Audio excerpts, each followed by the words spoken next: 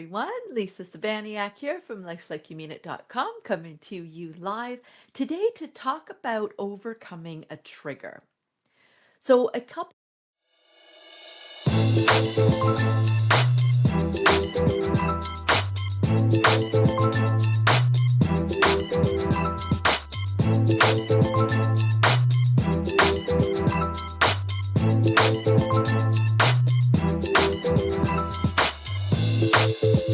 so a couple of weekends ago now, I was triggered for the first time in years. And it was the first time that my husband saw a full-blown trigger. We've been together for 5 years now. And unfortunately, my stepsons were here as well. So it was shocking. I didn't, feel it coming on ahead of time, which most people, when they have been triggered in some way, will say the same thing. Everything's fine in 1 second, and the next second you are triggered and there's just nothing you can do about it. So this particular trigger happened on a Saturday evening. Sat down after a fabulous day with my husband and my stepsons and sat down and watched a film.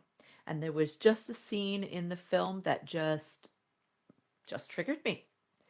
Luckily, I was able to get upstairs before everything really started to come out. So the boys didn't really see a lot. They just thought it was very odd that I just get up and start running to go upstairs, right? But in a 14 and 11-year-old's mind, anything could have been happening. So I got upstairs and I was so in the throes of this trigger that I was nearly vomiting. I was uncontrollably crying, and I just felt like I was completely falling apart from everywhere. And so the first thing that I did was to allow it to happen. Okay, so I didn't, you know, judge myself for it. Of course, you're always sitting there thinking, why now? Why all after all these years, after everything that I've done to move past my decade of child abuse and everything, why now is this come up? Of course, you've got those questions, but at the same time, my brain couldn't really function at all. I couldn't really get any thought in there. And my poor husband came in, bless him, and he, just held me and he just said, it's going to be okay. It's going to be okay. It's going to be okay. He didn't try to stop me. He didn't try to fix it. And, I had talked to him ahead of time when we first got together about, if anything ever comes up, men tend to be fixers. You tend to hear a woman say something and you think she's telling you so that you will fix it. And I'm just forewarning you that if I react ever in a way that just seems completely above and beyond what was called for, if I'm sharing or, if you're trying to console me or anything like that, the last thing you do is try to fix it. Just let it be. And so he had listened and carried that for all those years and finally put it into place that Saturday night. And I couldn't function. I needed him out of the room. And so I asked to be alone. And I was in the bathroom. As soon as he closed the door, I just sunk onto the floor and I just started rocking myself. And I was able to start to get some thought process back. And once the thought process started, this is the exact thing that I did. Now, I posted this on social media. I will put this in the comments as well, this image. And it is basically the emotional scale as depicted by Abraham-Hicks. So I don't know if you know of any of the work of Abraham-Hicks, but basically Hicks is a person, Esther and Jerry Hicks. So a lovely couple in the States, I believe. And Abraham is actually a collection of like higher entity spirit. And so Esther's able to channel Abraham and then kind of decipher what it is that he's saying. And she's written many books under his guidance. Hi, Kendra. So nice to see you here. And so I had just finished reading one of these books for the book club that I do, Ask and It Is Given. And so it was really funny because this reminded me of this emotional scale, and then I was immediately able to put it into place during this trigger. So this is what it looks like. I'm sure that you've scrolled down by now. If you're watching on the replay, you'll scroll down and you'll see the actual image. If you're watching live, I don't have it posted up yet. So it's basically an image with a bunch of words and an arrow going up. So at the bottom of the scale is kind of the lowest emotion that you can feel, which is fear or powerlessness. Now, in their book, they give a lot of different options for each level of the scale. And of course, when you're trying to do a graphic image, I just picked the ones that I was feeling during the trigger. And they might not resonate exactly with you. So there could be other words that you could use to describe that same level. Okay. And the goal is to recognize that where you are on the emotional scale, you're only able to have access to other feelings and emotions and thoughts that are within that realm. So it's impossible to go from feeling powerlessness to to feeling powerful. You can't go from the bottom of the scale to the top of the scale in one go. Those feelings aren't available to you. Those thoughts, those emotions, none of them are available to you when you are down at the lowest, right? So, what you need to do is to reach for the next best thought or next best feeling that you have. And all you're looking for is to grab hold of a thought or a feeling in that moment that feels better than where you were. So even though you're feeling fear or powerlessness, of course, the next best thing that you would want to feel is the opposite of that. But for me, it wasn't fear or powerlessness, it was anger, right? Anger is the next level up, and feeling anger, allowing myself to be angry at myself, angry at that movie, angry at my past abuser, just anger actually felt better than feeling fear and powerlessness. So then I sat there. The next step up from anger for me was blame. So it was a natural place to go and it made me feel better than anger. So then I started blaming, right? Why didn't my husband know that this scene was popping up? Completely irrelevant. Like, how would he know that that would trigger me? But still, the blame was better than the anger. So I ran with that in my mind. Why would he? Oh my God. And blaming the abuser as well, of course, for me having anything to be triggered over to begin with. That blame was better than anger.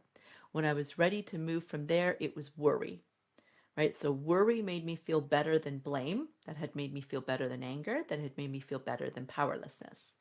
Now, in worry, I was worried about what this meant for me, right? Was I taking 12 steps back in my progress, in my healing journey, or was this just a one off? That's the type of worried feeling that I had. And next after worry came overwhelmed.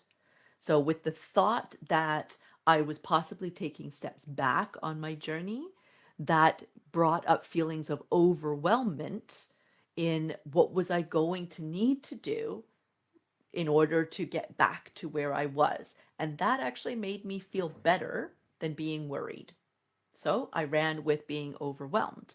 And that overwhelmness ended up leading to frustration because then I was frustrated that of all the things that I know and all the things that I teach and help others, my clients, my students, right? I'm frustrated that I would have to go back and learn something else because I'm always learning, right? I've not just sat back and been like, yeah, found what works for me and then never done anything again. I practice everything that I preach. I'm taking a mindfulness course right now. I'm taking a certified clearing practitioner course right now. I'm always right I'm always looking for more, learning more. I never sit there and think that I have it all. So I was frustrated that of all the things I'm doing, that I'm still having this trigger. And that felt a lot better than being overwhelmed. From frustrated, I started to feel contentment, being content with the fact that, I've done this before. I am always learning. I'm very much open to learning. I actually enjoy learning. So, okay, if there's more for me to learn, if this is a big message that there's more for me to learn, you know what? I can do that. I can learn more. So, that kind of being content with the fact that this might mean that I've got another chapter of my journey opening up for me felt way better then frustrated. And then from there, it was easy to go from content to being hopeful. Be like, wow, okay. So maybe there is another door on my healing journey. Maybe that's actually filling me with a little bit of excitement. So the hopefulness actually was a very brief period, because then I was into positive expectation. Then I was like, oh, well, maybe there's actually something else for me to learn and do. And whoa, that's kind of exciting. And boom, up into enthusiasm. Now I was actually feeling a bit of enthusiasm to the fact that I had more that I could learn, more that I could relate to somebody else, right? It's been so long since I had been triggered that, of course, you remember it. But when it hasn't happened for a while, it's not as in your face, it's not as palpable. So, trying to help my clients that are going through regular triggers, right? Didn't seem It seemed to me sometimes like I was a bit disconnected. So now I was enthusiastic about the fact that I can take this experience and I could better relate to those that I'm trying to help. And that brought me to the top of the emotional scale, appreciation. Now I was grateful for how far I've come. So I wasn't quite yet grateful for having the trigger and the panic that ensued. I wasn't at that level yet, but I was grateful for the fact that 20 minutes had passed. That's it. 20 minutes had passed, and I'd walked myself through the emotional scale and was out of that trigger and way up at the top of the emotional scale, feeling powerful and appreciative, because now I was able to see, my God, the other times that I've triggered, right? When I think back about in my 20s when I triggered, in my teens when I triggered, I mean, this would have been days or weeks of trying to pull myself out of that dark space. I did it in 20 minutes this time. That is something to be grateful for, right? Incredibly grateful for. And so once I got there, it was done. I walked out of that bathroom. I was exhausted. I laid in bed. It was like 11 o'clock at night, anyways. I didn't say anything to my husband or stepsons. I just got into bed and just gave myself what I needed, which was rest. I woke up the next day. I was totally fine, totally back to being me. That's never happened to me before in a trigger, right? Again, usually it would take hours, if not days, if not weeks. And you know what I'm talking about if you've been triggered before. This can really do a number on your psyche, right? So there's a lot to be appreciative for. But in that first moment when I felt like I was going to be vomiting, I was panicking so much, and all of that, the tears and the sobbing and all of that happened at the first moment of the trigger, there's no way I could have gone from that fear, powerlessness up to appreciation and feeling powerful. Even though that's where you want to go, you've got to honor the fact that you've got to reach for the very next thing. Hi, John. So nice to see you here. Right? You've got to reach for the next best feeling. And just because I'm using the word best doesn't mean that that feeling is necessarily going to be great, right? We would even maybe consider it a negative emotion.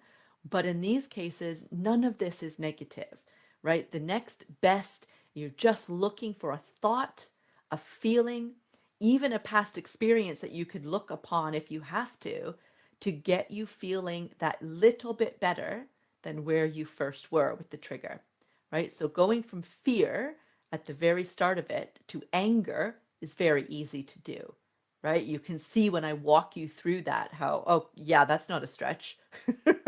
Going from fear to enthusiasm, that's impossible, right? That is a very, very big stretch. And if you're trying to do that, you're not going to be successful, which is probably what I tried to do way back in my teens and my 20s when I was being triggered all the time. I was probably trying to be like, snap out of it, Lisa, be happy. And that would have contributed to how long it took to actually recover, right? So look for the next best feeling, the next best thought that you can, whatever it is, as long as it makes you feel better from the step before that, you're good. Run with it.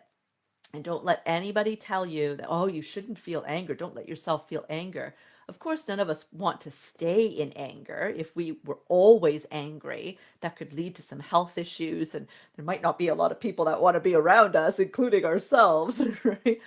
But for the purposes of allowing yourself to respect what it is that you need and looking to help yourself out of an incredibly traumatic situation, such as a trigger, you go ahead and you express that anger. You allow yourself to feel that anger all you want. If that makes you feel better than powerlessness or fear, you go for it, woman, man, whoever's watching, right? And from there, you want to go and blame the whole world, you do it. As long as that makes you feel better than anger, you go and blame to your heart's content. I mean, these are all things that we're doing in our mind, right? We're not actually going and spilling out this energy onto other people. It's what's happening on the inside here, right? And walk your way up. So I'll put this graphic in the comments so that you can see exactly what I'm talking about.